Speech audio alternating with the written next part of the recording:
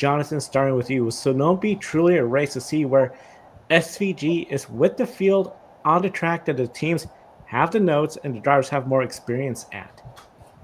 Definitely. You look at a race like Watkins Glen last year where Chris Buescher battled SVG pretty closely, and some of the other drivers in the field were close with SVG. I think it's definitely a race for that. Or even earlier this season with Coda, where the final laps, it didn't come down to SVG. It came down to Kyle Busch, Christopher Bell, William Byron, other drivers, Tyler Reddick, other drivers like Chase Elliott as well, I think will be in the mix. One guy as well, Michael McDowell, who really showed strength last week at Chicago, looked like he was probably going to win the race, if not for that incident, or at least contend with SVG for the win.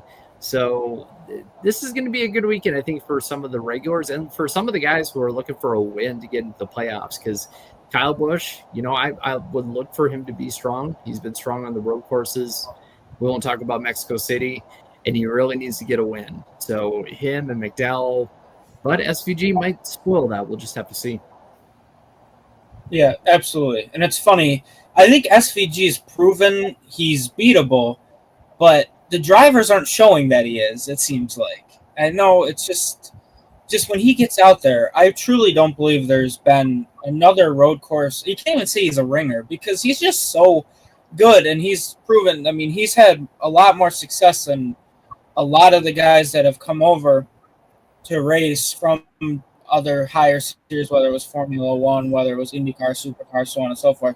He's shown the most success, and I think he's tied for. Well, now he has the most Cup wins all time by a foreign-born driver or an international driver, for a better terminology. And it's just, and he has been here only 2 years full time, only one in Cup. He's already got 2 wins.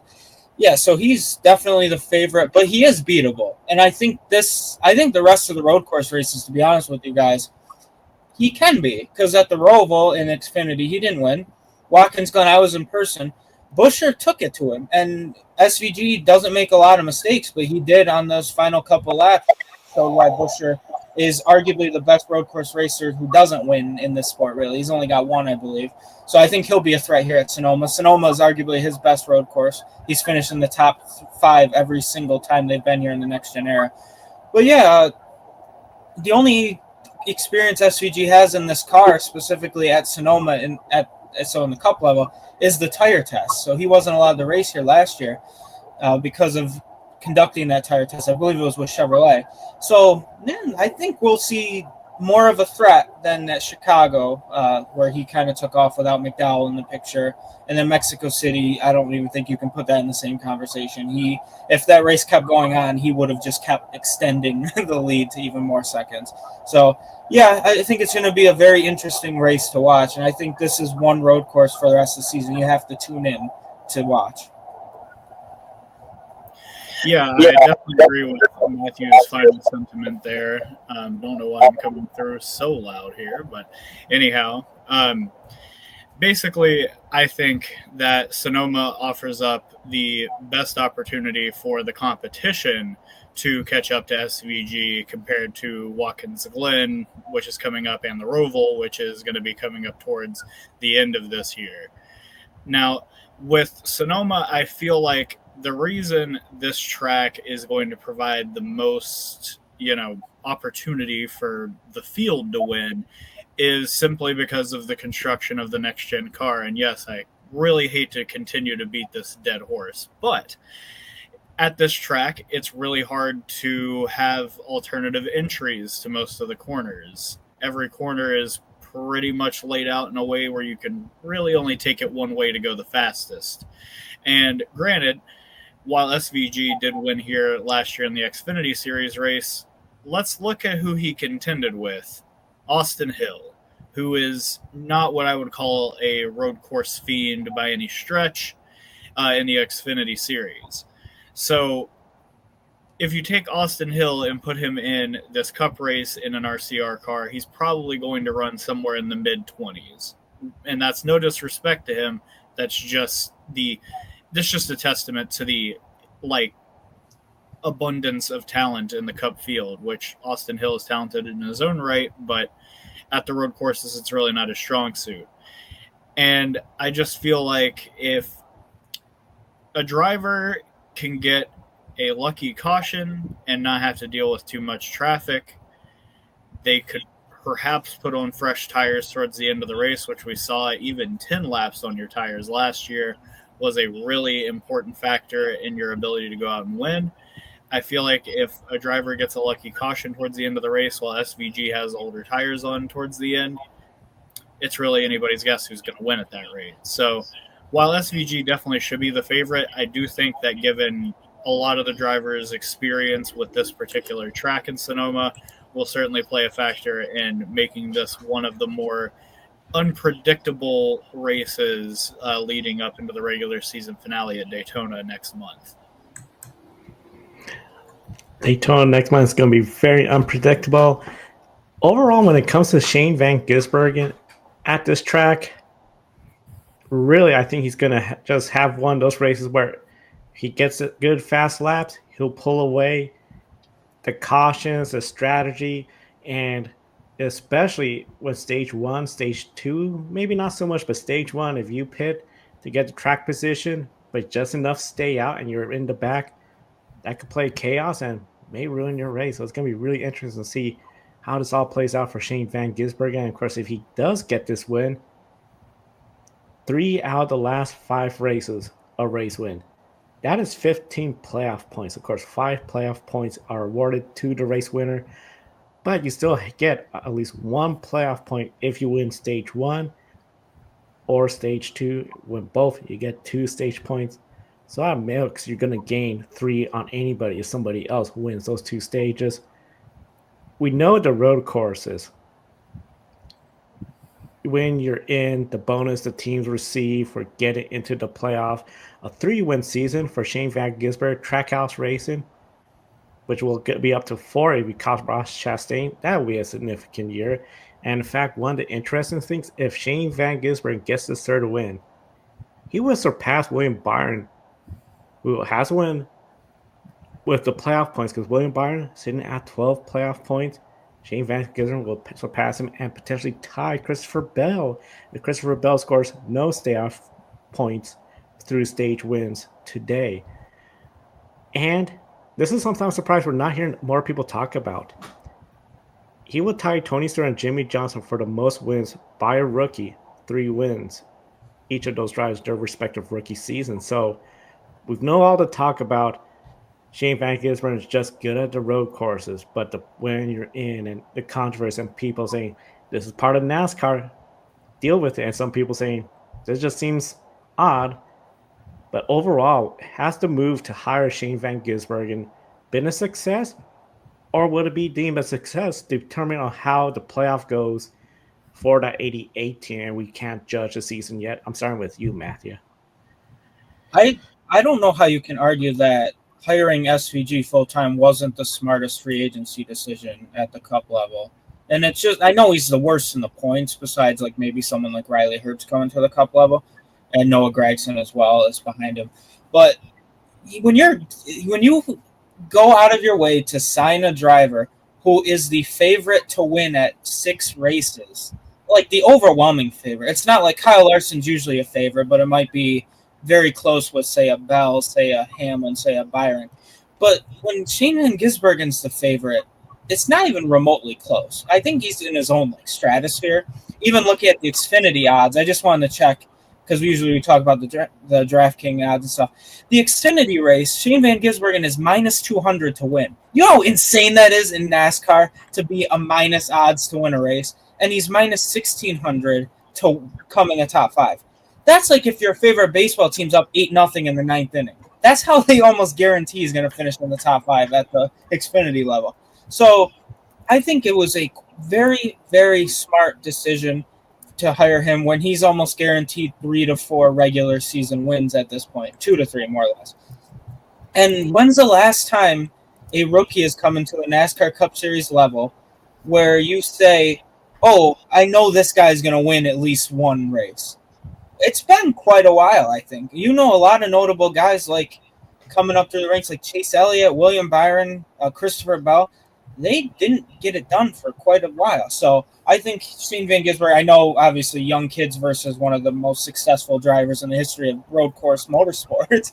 But yeah, I think it was a huge success. And regardless of how he does in the playoffs, the amount of money that team continues to bring in by having a international driver's face of the team, really, even though now he's not the worst in points because he passed Suarez. So Suarez obviously won't be with the team next year anyway.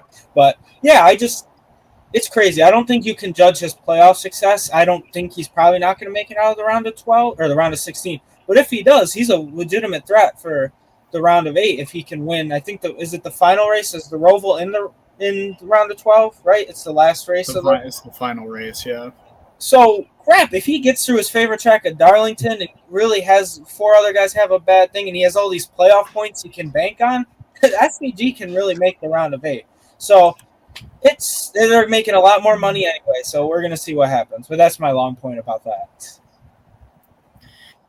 As I said last week, I'm going to need to see him get a top 10 on a traditional oval before I take him seriously as a playoff contender. And I apparently raised some eyebrows down under because of that comment last week, and I apologize. I mean no disrespect to SVG. He has made an exceptional amount of improvement on the ovals. The man was running at best 30th most weeks to start the season out. And if you listen to his interview on Kevin Harvick's podcast within the last week or two, it seems like they weren't really aggressive enough in qualifying and with their setups coming into the season. So I just feel like, as much as it's great to see him improve and see him, continue to move up the grid as the oval races get deeper into the season, I still haven't seen enough improvement to think that he's going to make it past Darlington, Gateway, a track that he has never been at, and Bristol, where he was literally nowhere to be found, and then DNF because he and Cody Ware were having a mid-off for 38th. So, with all that in mind, I do think that SVG and his move to the 88 team is absolutely an unquestionable success. You have to compare them to the 71 Trackhouse fueled Spire team of last season with Zane Smith behind the wheel with this exact same supporting cast on the pit box. So if you compare them to this point in the season, Zane Smith was like 33rd in points and really just more known for wrecking into the inside wall at practically every track than doing anything of note at the cup level at that point. And again, not to knock Zane, I understand that team was completely brand new last year, and that's part of why those struggles happened, but that's just what the results showed us.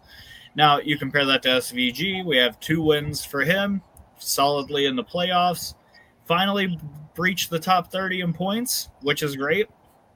But again, while this season is still a success to get this team even to 16th in points, you still have to consider that most of NASCAR's schedule is on ovals. And until he starts showing some real flashes of brilliance on ovals, and I'm not even saying winning races, I'm saying top 15s and top 10s, until we start seeing him do that consistently, I'm not going to take him seriously as a championship threat. And I'm sorry if that offends some of you, but that's just how I see it. Yeah, you're not offending anybody. You're just speaking the truth, really, honestly. Like, you look at how SVG's been doing, and we've been applauding, how he's finished, top 20, top 15 in these races on ovals. And honestly, like, to be in the playoffs and to advance in the playoffs, you got to be a guy who's going to be up there, contending for top 5s and contending for wins, at some point in the season.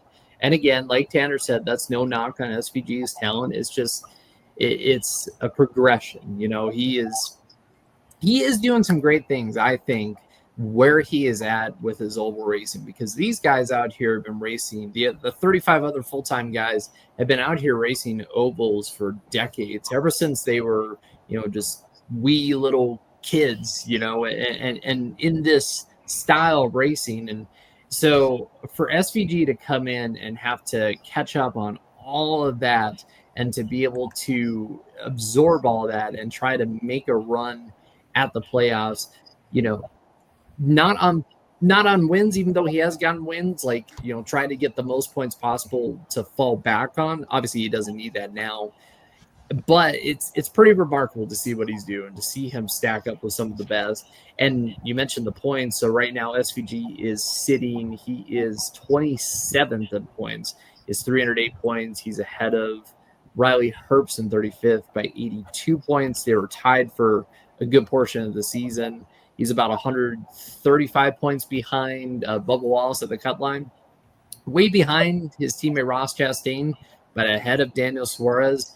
It's pretty remarkable to see what he's done, and he's only going to get better. I mean, we saw it with guys like Marcos Ambrose back in 2008, 2009, up until 11, 12, where, Ambrose came in great on the road courses, and then eventually he got better and better on the ovals. He won a pole, for, I believe it was the 2012 Coca-Cola 600. He won the pole for the 2012 Michigan race. He set one of the fastest laps in NASCAR Cup Series modern history. So, I mean, SVG is going to get there. It's going to take some time, but it's a great decision on Trackhouse's part to really take advantage of what he has now.